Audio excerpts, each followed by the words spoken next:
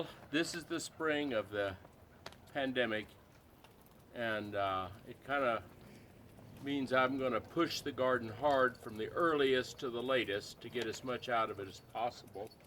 I wanted to talk to you about some things which you probably already have going in your garden. If you don't yet, you need to be getting scallions in. Your herbs like this, these are just now coming up.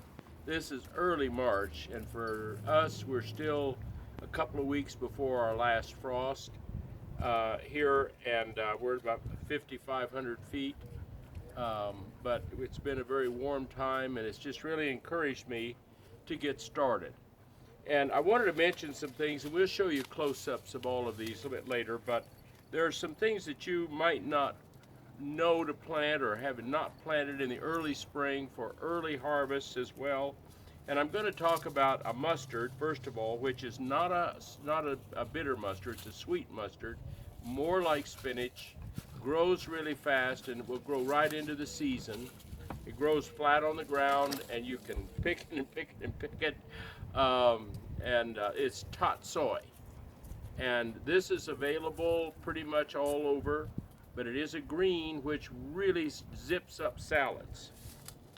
Secondly, I know a lot of people think of kale as a winter crop, but kale is a wonderful spring crop, and even into June and whatever, kale will get up about 6 inches tall, and that's when it's the nicest to cook and such.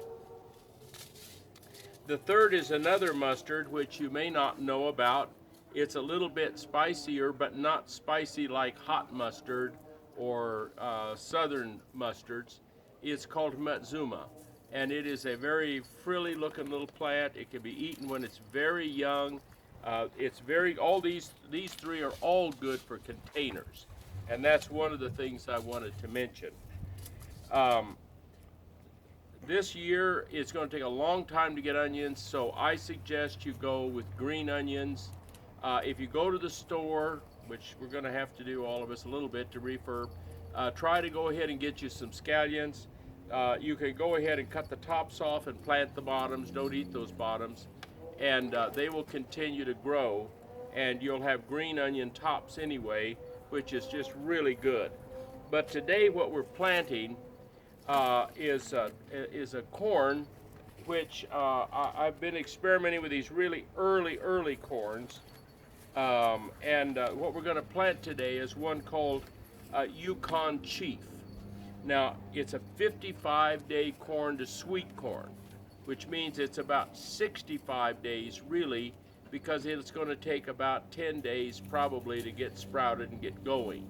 If we have colder weather, this will grow better in the colder weather, and I think it's going to be a good one to try. The other one that I've already tried and been very successful with is called Painted Hills.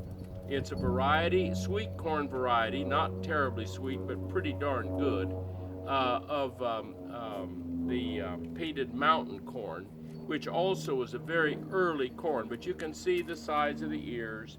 They're small, but we're talking about planting part of our cornfield, a part of the corn we're going to grow in the garden in small patches of different sizes then.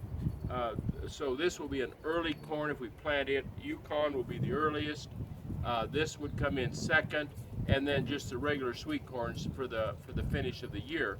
So even though we'll plant the regular corns in about a week or so, we want to get these started as soon as we can. So we're going to plant about 4 rows or 5 rows of it in just a little block so it'll pollinate well, and go from there. So we'll be videoing a little bit about what we're doing. It's really early in my garden. There's not a whole lot that's sprung to life yet, but it's going to spring this week like crazy. Everything's going to get green, so I got to get busy on the weeds and whatever.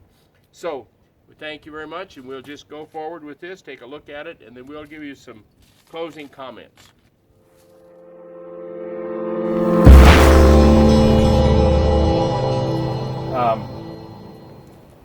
The early corns like that are like Painted Hills and Yukon Chief, I don't know the name. I can't remember the names of some of the other ones here that I haven't tried yet myself. But I know there's a bunch of them out there.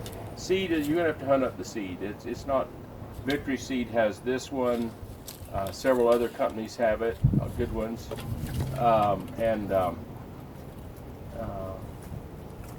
But I believe this year is going to be tight on seed, and so I think you better get your seed ordered. I don't know if you're going to be able to go to the big box stores and buy seed. This is an open pollinated. It's not a sugar sweet, it's just a regular sweet.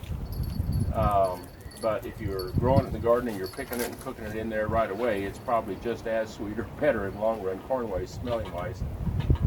Will do a whole lot better. Now, how many rows? Have you got them all planted? 4 rows. Okay, now plant 4 rows back this way. And that'll give us, just turn the yellow corner down.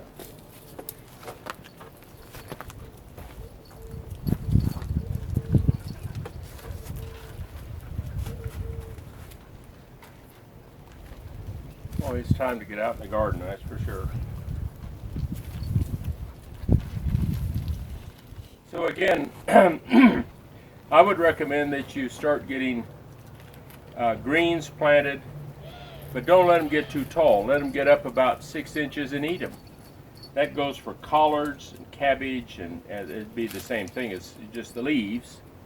It goes for kale, it goes for Swiss chard.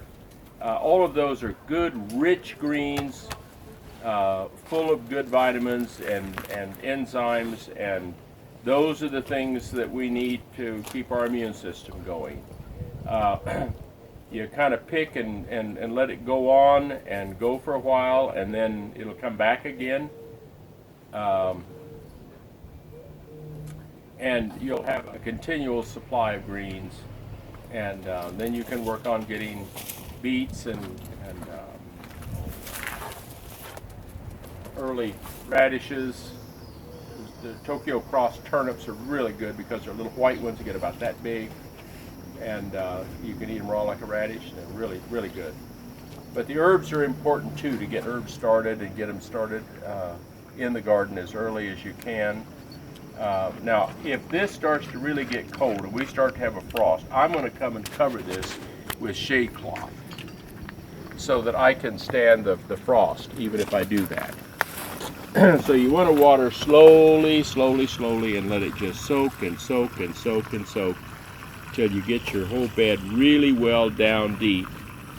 And then you're going to be surprised. If you're just starting out gardening, I suggest you go with containers, and he's going to show you the size that I recommend.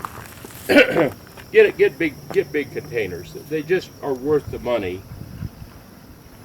A lot of the garden centers will have them, but don't get 5 gallons. You want to get 7 and up. It really makes a difference in growing. That will grow a major tomato, plus stuff hanging around the side of it, so that I can get double use out of each barrel that I plant. And I've got them all over the garden because it's easier for me to get to. And you can grow peas. You can grow, all of those things are early crops. And snow peas and snap peas, sugar snap, and for tall ones, if you want short ones, you want to get sugar Ann. That's also a good variety. But do get out and try to get some things in as early as you can. It'll encourage you to garden for the rest of the year, number one. And number two, it will provide food and quality food that you can add to what you've got. So that's kind of our first shot here, getting some corn in. I've got my tomatoes and eggplants and stuff like that started under the lights right now. But there we go.